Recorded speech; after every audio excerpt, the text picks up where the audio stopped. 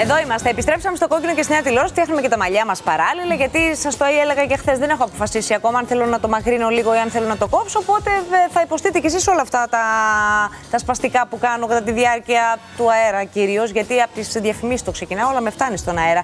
Πάμε τώρα να συζητήσουμε και να συναντήσουμε δύο υπέροχες κυρίες για την συνεργασία της δομής επαγρύπνησης στο διαδίκτυο της Ιεράς Μητροπόλεως Κηδωνίας και Ποκορώνου, όπως σας προείπα, με την Ελληνική Εταιρεία Εφηβικής Ιατρικής. Στην παρέα μου εδώ στο κόκκινο, στο στούντιο, έχω την κυρία Αργυρό Παρδαλάκη, συνιδρύτρια και υπεύθυνη δημοσίων σχέσεων δομής επαγρύπνησης στο διαδίκτυο. Καλώς ήρθατε. Καλώς σας βρήκα. Είστε καλά? Πάρα πολύ καλά και χαίρομαι πολύ που βρίσκομαι εδώ σήμερα. Και εμείς και προλαβαίνουμε ακόμα, ευτυχώς, δεν ξέρω, μακάρι να κρατήσει και για πάντα πια, να συναντάμε ανθρώπους διαζώσεις και όχι μέσω Skype. Ναι, ευτυχώς που μπορούμε. Μακάρι να συναντάμε τους ανθρώπους μέσω Skype μόνο όταν η απόσταση το απαιτεί, χιλιομετρική, και όχι η απόσταση του κορονοϊού. Στην άλλη άκρη του Skype, λοιπόν, έχουμε την κυρία Άρτεμις Τσίτσικα, αναπληρώτρια καθηγήτρια παιδιατρικής, εφηβικής ιατρικής της Ιατρικής Σχολής Εθνικού και Καποδιστριακού Πανεπιστημίου Αθηνών. Καλώς ήρθατε. Γεια σας. Τι κάνετε? Χαιρόμαστε πολύ που είστε στην παρέα μας. Κι εγώ. Λοιπόν, σήμερα το θέμα έχει ιδιαίτερο ενδιαφέρον και όταν λέω σήμερα δεν εννοώ μόνο τώρα την χρονική στιγμή στην οποία συζητάμε, αλλά στο σήμερα γενικότερα, στη σημερινή εποχή, σε αυτή την περίοδο, ίσως λίγο παραπάνω, λόγω του ότι τα παιδιά είναι εκτεθειμένα εντελώς, 100% μπροστά σε οθόνες και σερφάροντας ανελαίητα, θα τολμήσω να πω, στο διαδίκτυο. Πώς ξεκίνησε, κυρία Παρδαλάκη, όλη αυτή η ιστορία και αυτή η συνεργασία, πριν πάω στην κυρία Τσίτσικα? Ναι, μια πολύ καλή ερώτηση. Ξεκίνησα δημιουργώντας μάλλον υλικό σχεδιασμένο ειδικά για εφήβους. Φυσικά μπορούσαν να το δουν και οι γονείς. Εντάξει, δεν βλάπτει και τα μικρότερα παιδιά, αλλά είναι ειδικά για εφήβους. Και σκέφτηκα ότι το ορθό είναι να το στείλω στο Υπουργείο Υγείας για έγκριση, για αξιολόγηση της ορθότητας των ιατρικών πληροφοριών που είχε μέσα το βίντεο. Και έτσι από εκεί γνώρισα την κυρία Τσίτσικα, η οποία θεώρησε ότι ήταν εξαιρετικό το βίντεο και μου πρότεινε να το παρουσιάσουμε στην 11η εκδήλωση ψηφιακής παιδείας και συνεχιζόμενης εκπαίδευσης για παιδιά και εφήβους. Το ταξίδι του Αριάδνη συνεχίζεται, που έγινε στις 9 Φεβρουαρίου με επιτυχία και με πολλούς σημαντικούς φορείς που συμμετείχαν και σημαντικούς ομιλητές. Το παρουσιάσαμε λοιπόν εκεί και μετέπειτα είπαμε ότι μπορούμε να κάνουμε και άλλα πολύ όμορφα πράγματα, γιατί είχαμε κοινό στόχο, είχαμε μάλλον κοινό σημείο που μας σύνδεσε αυτό ακριβώς το σημείο, ότι θέλαμε να βοηθήσουμε τους εφήβους και τους γονείς. Και περαιτέρω μετά ξεκίνησε να μιλάμε και για άλλα πράγματα. Η αφορμή της δημιουργίας του συγκεκριμένου βίντεο, πώς γεννήθηκε, ποια ήταν? Ναι, κοιτάξτε, αυτό το βίντεο το έκανα με στόχο να προσεγγίσω τους εφήβους. Δηλαδή, ήθελα να τους προσεγγίσω με τρόπο που να προσεγγίζει την έμφυτη ανάγκη έκφρασης των εφήβων μέσα από περισσότερο φάνταστα μονοπάτια. Και αυτός ο τρόπος μπορούσε να προσεγγίσει τους εφήβους με ένα τέτοιο τρόπο ώστε να αναπτύξουν τη συναισθηματική νοημοσύνη τους, διότι μπορούσαν να μάθουν, δηλαδή για μάθηση και αφομοίωση γνώσεων μέσα από την νευροβιολογία, που θα έχουν δηλαδή βιολογικό αντίκτυπο για αυτούς και θα είναι πολύ χρήσιμα για τον εαυτό τους. Μέσω λοιπόν αυτού του τρόπου μπόρεσαν τα παιδιά να μάθουν, να αφομοιώσουν μάλλον τα παιδιά τις γνώσεις αυτές. Και επίσης τα παιδιά, επειδή βρίσκονται ακριβώς στην ηλικία της εφηβείας, που είναι πολύ έντονο το συναίσθημα, κυριαρχεί της λογικής, ακριβώς λόγω ότι αναπτύσσεται. Μόνο συναίσθημα. Η λογική δεν υπάρχει. Είναι σε ανάπτυξη και σε εξέλιξη ο εγκέφαλός τους.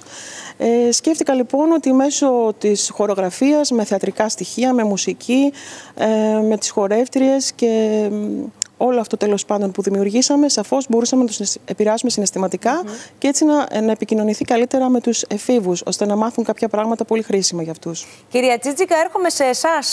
Ποια ήταν οι πρώτες αντιδράσεις σας, οι πρώτες σκέψεις σας όταν είδατε το συγκεκριμένο βίντεο και πώς εξελίχθηκε σε συνεργασία τελικά? Ναι, πραγματικά όταν ήρθε αυτό το email και το άνοιξα και είδα το βίντεο, μου άρεσε πάρα πολύ και από αισθητικής απόψεως και δίνει πάρα πολλές πληροφορίες με έναν εύληπτο τρόπο, έχει πολύ ωραία μουσική, σίγουρα θα έχει πολλή απήχηση στους νέους και πραγματικά μου φάνηκε εξαιρετικό και συγχαίρω την κυρία Παρδαλάκη και για την σύλληψη της ιδέας και για την υλοποίηση, αλλά και τα παιδιά που συμμετείχαν.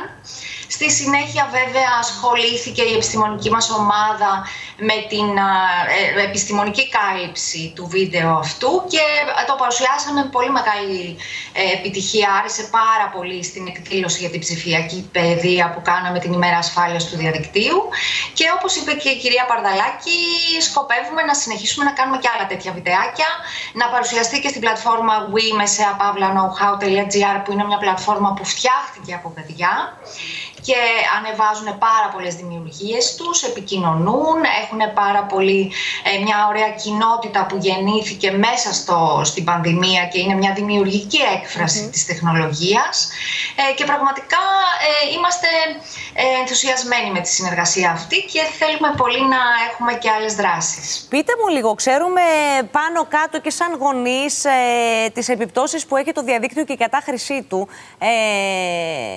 στην ψυχική κυρίως υγεία του παιδιού. Από τη δική σας τη θέση όμως, θέλω να μου πείτε ποιες είναι οι επιπτώσεις, γιατί είμαι σίγουρη ότι υπάρχουν και στην παθολογία ενός παιδιού πια. Ναι, έχετε πάρα πολύ δίκιο. Επηρεάζεται πραγματικά όταν υπάρχει μια υπερβολική χρήση και ένα έλλειμμα στην ισορροπία της καθημερινότητας των παιδιών. Επηρεάζεται και η ψυχοκοινωνική τους υγεία, όπως θίξατε, αλλά και η σωματική τους υγεία. Τώρα μόλις δημοσιεύσαμε μια μελέτη για την επίπτωση της υπερβολικής χρήσης μέσω πανδημίας στην σωματική υγεία, την τάση για υπερβαρότητα, για παχυσαρκία, για έλλειμμα φυσικής άσκησης, με επιπτώσεις που στη συνέχεια έχουμε και στην συνολική υγεία των παιδιών και βλέπουμε ότι μπορεί από την πολύ ωρή χρήση να έχουμε επιπτώσεις στα μάτια τους, έχουμε πονοκεφάλους, πόνους στη μέση, επηρεάζεται και η σωματική τους υγεία πολύ και έτσι χρειάζεται μια ισορροπία. Σίγουρα η τηλεκπαίδευση είναι μια αναγκαία συνθήκη και προσφέρει τη δυνατότητα να συνεχίσουν την εκπαίδευση. Δεν είναι κάτι που το θέλουμε, αλλά είναι κάτι που χρειάζεται αυτή την περίοδο. Χρειάζεται, αλλά σίγουρα δεν είναι ένας υγιής τρόπος για τα παιδιά αυτό. Δεν είναι το υγιές, δεν είναι το φυσιολογικό. Λέω ότι χρειάζεται, είναι απαραίτητη πια η τηλεκπαίδευση από τη στιγμή που τα σχολεία θα... Αυτή τη στιγμή βέβαια για να συνεχίσουν την εκπαίδευσή τους. Ναι. Αλλά σίγουρα δεν είναι κάτι το οποίο μπορεί να αντικαταστήσει με κανένα τρόπο τη σχολική τους ζωή και την εκπαίδευση στο σχολείο. Είναι μια αναγκαία συνθήκη.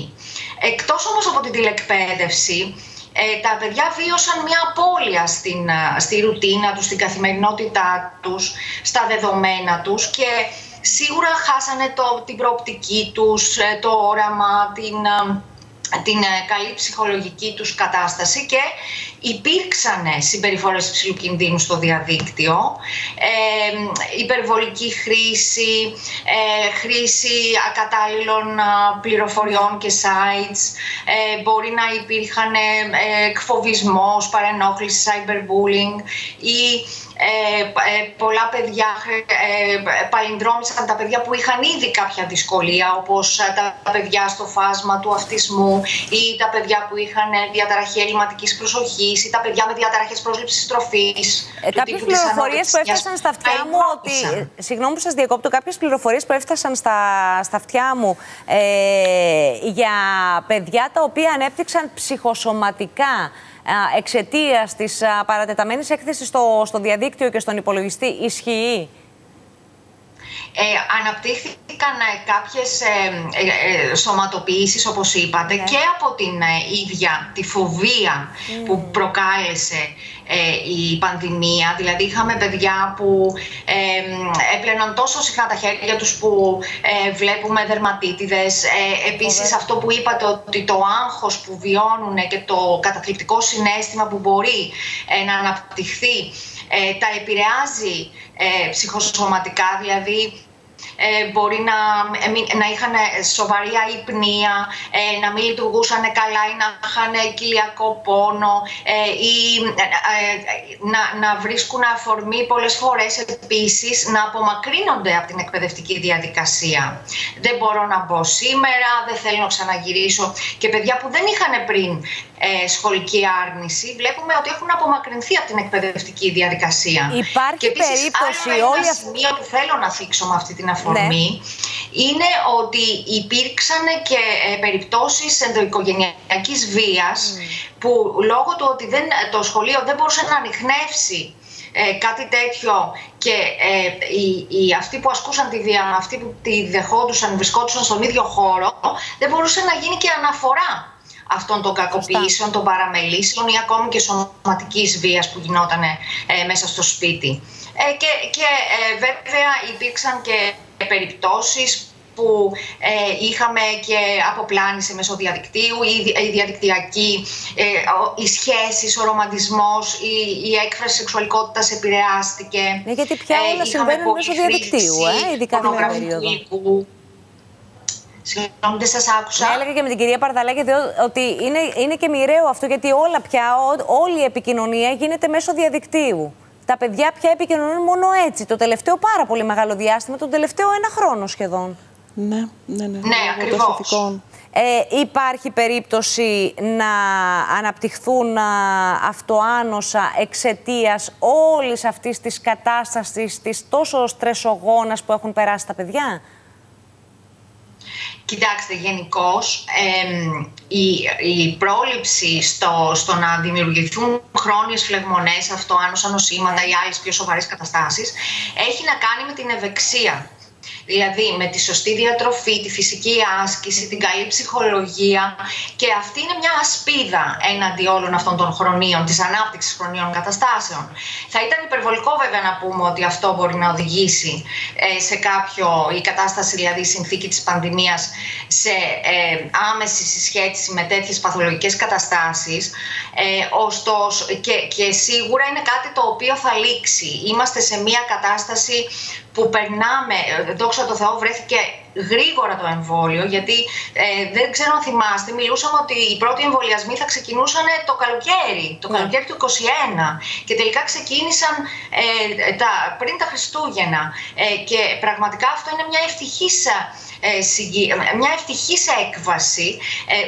Καλοκαιρεύει και όλας, φτιάχνει ο καιρός και σιγά σιγά θα εμβολιάζεται όλο και περισσότερο ποσοστό του πληθυσμού και θα μπορούμε να μιλάμε για κάτι πιο αισιόδοξο και για τη ζωή των παιδιών. Τα παιδιά είναι πολύ προσαρμοστικά όντα, μπορούν πραγματικά να έχουν μια καλή πορεία. Φτάνει οι σημαντικοί ενήλικες του περιβάλλοντος τους να τους προσφέρουν υποστήριξη και αισιοδοξία. Χρειάζονται δηλαδή να βλέπουν θετικά το μέλλον τους, ότι είναι μια αναγκαία συνθήκη, μια απαιτητική οικογενειακή περίοδος που όλοι πρέπει να δώσουμε τον καλύτερό μας σε αυτό, και βέβαια να τους καλλιεργήσουμε και τον εθελοντισμό, την προσφορά στο κοινό καλό, το να βοηθούν πιο ευάλωτους ανθρώπους. Υπάρχουν άνθρωποι που πραγματικά ομάδες όπως οι πρόσφυγες, τα χαμηλότερα κοινωνικά, οικονομικά στρώματα, τα παιδιά που ζουν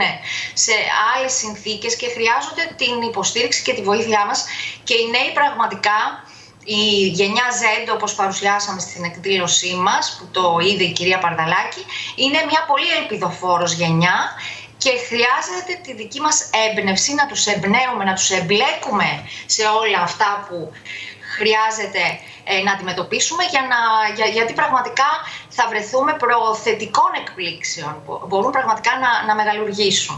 Σας ευχαριστώ πάρα πολύ που ήσασταν στην παρέα μας. Θα σας αποδεσμεύσουμε να έχετε ένα υπέροχο απόγευμα και ίσως μακάρι να έχουμε την ευκαιρία να τα πούμε ξανά, και γιατί όχι από κοντά. Να είστε καλά, να είστε καλά. Και έρχομαι σε εσάς, κυρία Παρδαλάκη. Όλα αυτά τα οποία είπε η κυρία Τζίτσικα ήταν πολύ χρήσιμα και στέκομαι στο κομμάτι της συνεργασίας των γονέων με τα παιδιά. Να τα στηρίξουμε και να τα εμπνεύσουμε. Πόσο έτοιμοι όμως ή πόσο διαβασμένοι εντός εισαγωγικών, αν θέλετε, είμαστε εμείς οι γονείς σε ό,τι έχει να κάνει με τη στήριξη και την καθοδήγηση των παιδιών, κυρίως στο κομμάτι του διαδικτύου? Αναμφισβήτητα οι γονείς διψάνε για ενημέρωση και διψάνε για γνώση περισσότεροι και τρόπους να βρουν είτε από φορείς είτε με οποιοδήποτε τρόπο να μπορέσουν να βοηθήσουν τα παιδιά τους. Και έχει αποδειχτεί ότι μέχρι τώρα αποσπασματικά έχουν λάβει ενημέρωση, θέλουν, δηλαδή διψάνε για περισσότερη ενημέρωση. Πάνω σε αυτό το πλαίσιο. Γιατί η τεχνολογία τρέχει και δεν ακριβώς τρέχει και δεν την προλαβαίνουμε. Δηλαδή, πάνω που μάθαίνουμε κάτι, βγαίνει κάτι καινούργιο και ούτω καθεξής.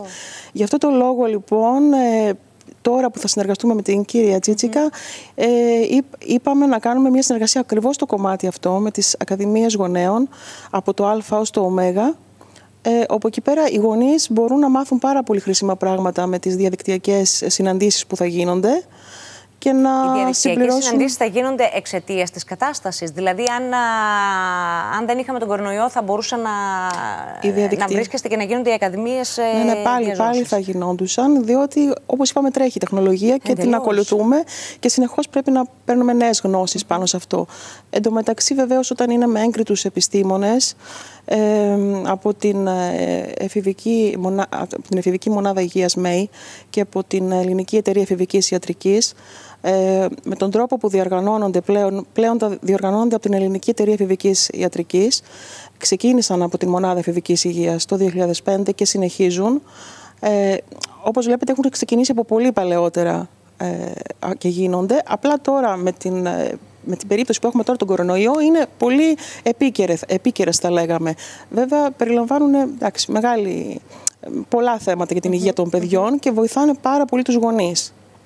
Όταν δημιουργήσατε το συγκεκριμένο βίντεο, από το οποίο βλέπουμε πλάνα καθ' όλη τη διάρκεια της κουβέντας μας, ποιες ήταν οι σκέψεις που είχατε στο μυαλό σας? Οι πρώτες σκέψεις ίσως και αν ήταν και αυτό το αποτέλεσμα που είχατε, που θέλατε να βγει, ή αν έγιναν αλλαγές στο βίντεο? Κοιτάξτε, ήταν θέμα έμπνευσης τελικά, γιατί κάποια στιγμή, εφόσον μελετούσα 7 χρόνια επιστημονικά δεδομένα από την επιστημονική βιβλιογραφία, την ιατρική επιστημονική βιβλιογραφία, λέω, αυτός ο όγκος δεδομένων με ποιο τρόπο μπορεί να φτάσει στα παιδιά και στους γονείς περαιτέρω? Λέω, εντάξει, γίνονται ομιλίες, γίνονται διαλέξεις, πολύ καλές και χρήσιμες, αλλά να μπορούσα να βρω αυτό που είπα πριν, ένα πιο εφάνταστο τρόπο να προσεγγίσουμε τα παιδιά. Και σκέφτηκα. Γιατί και τότε, η εικόνα πια έχει μεγάλη δύναμη. Ναι. Σκέφτηκα λοιπόν ότι με τη δύναμη της εικόνας, όπως λέτε, με τη χορογραφία, με θεατρικά στοιχεία που κινητοποιούν το ενδιαφέρον των εφήβων. Μάλιστα ήταν και οι χορευτές, έτσι, παιδιά νέα, που ταυτίζονται δηλαδή οι θεατές, τα παιδιά, οι έφηβοι που θα τους δουν. Με τη μουσική, είναι δηλαδή πράγματα που θα λέγαμε ότι διεγείρουν ακριβώς το συναισθηματικό τομέα, το συναισθηματικό κομμάτι που λέμε ότι οι έφηβοι λειτουργούν συναισθηματικά στην ηλικία αυτή. Έτσι λοιπόν σκέφτηκα ότι. Και σχεδόν εκρηκτικά. Ναι, σκέφτηκα λοιπόν ότι με αυτόν τον τρόπο μπορώ να σχεδιάσω υλικό, να μεταφέρω τις γνώσεις που ήξερα. Αρχικά βέβαια σχεδίασα κάποια e-books. Ένα e-book ήταν το Χορεύοντας με τη Λύθη, που μέσα από εκεί έχουμε πάρει αποσπασματικά τη σκηνή αυτή και έχει γίνει η σύγχρονη εκτέλεση χορογραφίας.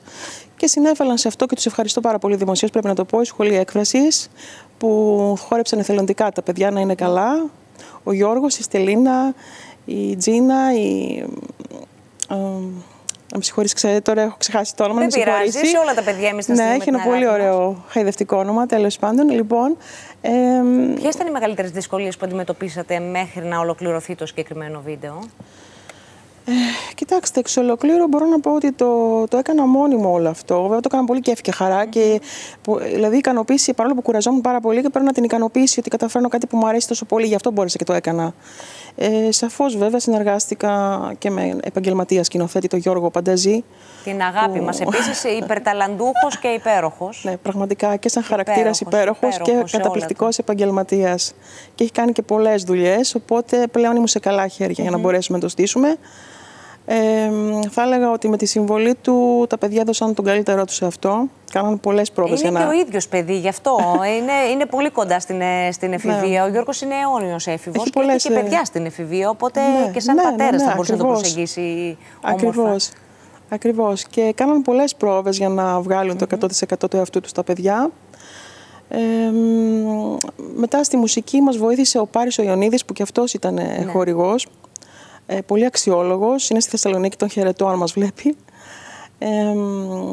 Η μουσική ήταν epic το στυλ της μουσικής, με κάποια κινηματογραφικά στοιχεία, έτσι σκεφτήκαμε ότι ήταν καλό να γίνει. Η αλήθεια είναι ότι άκουσα πολλά κομμάτια πριν και είπα μου αρέσει αυτό και αυτό, και τελικά πάνω σε αυτά στήσανε, δηλαδή περίπου πώς το ήθελα, αλλά κάνανε βέβαια πολύ πιο απίστευτα ωραία πράγματα από ό,τι περίμενα εγώ. Και σαφώς βοήθησε και το βιολί της καταπληκτικής Μαρίας Μανουσάκη, που είναι μοναδικό. Επίσης μοναδική η Μαρία, πολύ αγαπημένη. Ναι. Οπότε, εντάξει, συνεργαστήκατε με εξαιρετικούς επαγγελματίες. Ναι, αυτό βοήθησε πάρα πολύ. Βέβαια. Δηλαδή, όλο αυτό δεν θα πετύχαινε αν δεν συνεργαζόμουν με επαγγελματίες. Και έτσι το είχα φανταστεί, έτσι το ήθελα.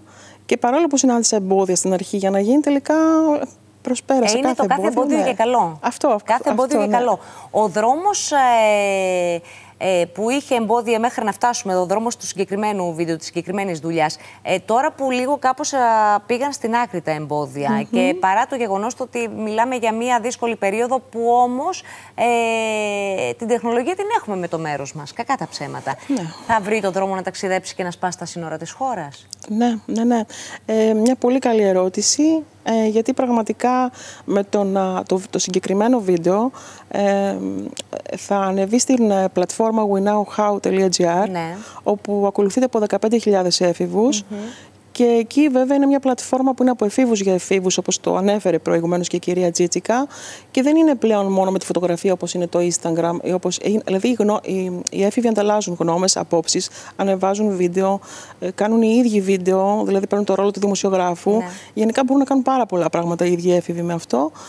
Και σαφώς, οπότε επειδή είναι και ο οργανισμός, ο Ευρωπαϊκός ΣΕΛΜΑ, που είναι μέσα σε όλα, δηλαδή όλα αυτά είναι μέσα εκεί, θα λέγαμε ότι θα περάσει και τα σύνορα έξω της Ελλάδας το συγκεκριμένο βίντεο, και νομίζω πως μπορεί να σταθεί και έξω, και γι' αυτό το λόγο το έχουμε κάνει και το έχουμε μεταγλωτήσει και στην αγγλική γλώσσα. Που εννοείται ότι και χωρίς υπότιτλους, επειδή ακριβώς, ξαναλέμε, η εικόνα έχει φοβερή δύναμη. Η δουλειά των ανθρώπων που επιλέξατε να συνεργαστείτε είναι εξαιρετική, και το αποτέλεσμα είναι πραγματικά εντυπωσιακό. Μιλάει από μόνο του ούτως ή άλλως. Αυτά που έχει να πει που έχουν να πούν οι υπότιτλοι, τα λέει και η εικόνα από μόνη της. Έχετε σκεφτεί, μιας που ασχολείστε με τους εφήβους, σε ένα επόμενο παρόμοιο βίντεο, σε μια επόμενη δουλειά, μαζί με τους επαγγελματίες, να βάλετε σαν βοηθούς σκηνοθέτη, μουσικοσυνθέτη και πάει λέγοντας, εφήβους? Είναι μια καταπληκτική ιδέα, και γιατί όχι. Και πώς τα ίδια τα παιδιά μπορούν να αποτυπώσουν τα δικά τους τα συναισθήματα. Αυτό είναι μια πολύ ωραία ιδέα που λέτε αυτή τη στιγμή, και σαφώς θα μπορούσε να τεθεί, να την κάνουμε, δηλαδή να την πραγματοποιήσουμε, θέλω να πω. Τα παιδιά έχουν απίστευτη φαντασία και μπορούν να μας δείξουν και νέα πράγματα που καν δεν τα φανταζόμαστε. Και νομίζω ότι και με αυτή τη διαδικασία τα αποτρέπεται από το να ασχοληθούν με τους υπολογιστές και το διαδίκτυο. Ναι, αυτή είναι βρίσκουν πραγματικά δημιουργικούς τρόπους. Αυτό θέλουμε, να κάνουν δημιουργική απασχόληση περισσότερο, να τα τραβήξουμε από την βλαπτική απασχόληση και να τα φέρουμε να ασχολούνται με το διαδίκτυο με πιο θετικό τρόπο, τέλος πάντων. Αυτό είναι και η ψηφιακή παιδεία, δηλαδή σιγά σιγά μαθαίνουν τα παιδιά έτσι, αλλά θέλουν τέτοιους τρόπους που να μιλάνε στην ψυχή τους. Η μουσική, ας πούμε, είναι ένας τρόπος που ενδεικνύεται για κάτι τέτοιο. Και ήταν, είναι και θα είναι πάντα. Μιλάει στην ψυχή μας. Η μεγαλύτερη ανησυχία των γονιών σε σχέση με τα παιδιά τους ποια είναι, ειδικά αυτή την περίοδο? Κοιτάξτε, ότι ξοδεύουν πολλές ώρες στο διαδίκτυο, ότι δεν ξέρουν πού ακριβώς βρίσκονται μες στο διαδίκτυο, ότι δεν ξέρουν να έχουν τον έλεγχο. Τι είναι, ποια είναι η μεγαλύτερη ανησυχία? Εντάξει, λίγο πολύ όλα αυτά που λέτε είναι μέσα, αλλά το περισσότερο από όλα είναι η διαδικτυακή εξάρτηση, που ήταν και το θέμα του βίντεο. Γιατί τα παιδιά, με το να είναι τόσες πολλές ώρες σε μια οθόνη και να μην έχουν εναλλακτικές λύσεις, μπορούν να βγουν, αλλά έχει σταματήσει γενικά τώρα όλα αυτά που κάνουν οι δραστηριότητες τους, οι πολλές προς έξω που κάνανε, έχουν σταματήσει. Και αυτή η αλλαγή ήταν λίγο απότομη για τα παιδιά. Βέβαια, υπάρχουν τρόποι ενδυνάμωσης που αυτούς τους γνωρίζει πολύ καλά η κυρία Τσίτσικα και τους φροντίζει και επιμορφώνει τους γονείς στις ημερίδες που κάνει. Και θα πρέπει να τους μάθουν οι γονείς για να ενδυναμώσουν τα παιδιά τους και να περάσουν ομαλά αυτή τη μεταβατική περίοδο. Με ποιο τρόπο θα γίνουν οι ακαδημίες γονέων, πότε θα ξεκινήσουν και πώς κάποιος μπορεί να συμμετέχει σε αυτές? Ναι. Ήδη έχουμε πει ότι θα συνεργαστούμε με τον κύριο Γκουλούση, τον πρόεδρο της Ένωσης Συλλόγου Γονέων του Νομού Χανίων. Ναι, τον χαιρετώ αν μας βλέπει. Όπου είναι και αντιπρόεδρος στη δομή επαγρύπνηση στο διαδίκτυο και καλός φίλος. Λοιπόν, θα μας βοηθήσει πάρα πολύ. Θα στείλουμε το link για την επόμενη συνάντηση των γονέων. Θα το στείλουμε στους γονείς και θα ενημερωθούν. Πολύ ωραία. Πολύ ωραία. Θέλω πολύ να σας ευχαριστήσω. Να είστε πάντα γεμάτοι έμπνευση και δημιουργία και να παρασέρνετε έτσι τους εφήβους με το δικό σας τον τρόπο, στο δικό σας το μέρος που είναι δημιουργικό και όμορφο και ασφαλές. Ή στο επανειδήν θα πω. Ευχαριστώ πάρα πολύ για τη φιλοξενία. Πέρασα πολύ όμορφα και συζητήσαμε πολύ χρήσιμα πράγματα. Να είστε καλά. Εγώ σας ευχαριστώ πάρα πολύ. Θα πάω σε διαφημίσεις πολύ γρήγορα και θα επιστρέψω γιατί έχουμε μόδα και όχι απλά μόδα. Θα δούμε τι έγινε, κάτσε να μην κάνω και κανένα λάθος, την εβδομάδα μόδας της Νέας Υόρκης, φθινόπωρο χειμώνας 2021-2022, με το δικό μας μοναδικό και ανεπανάληπτο σχεδιαστή μόδας Στέλιο Ροκούνακη.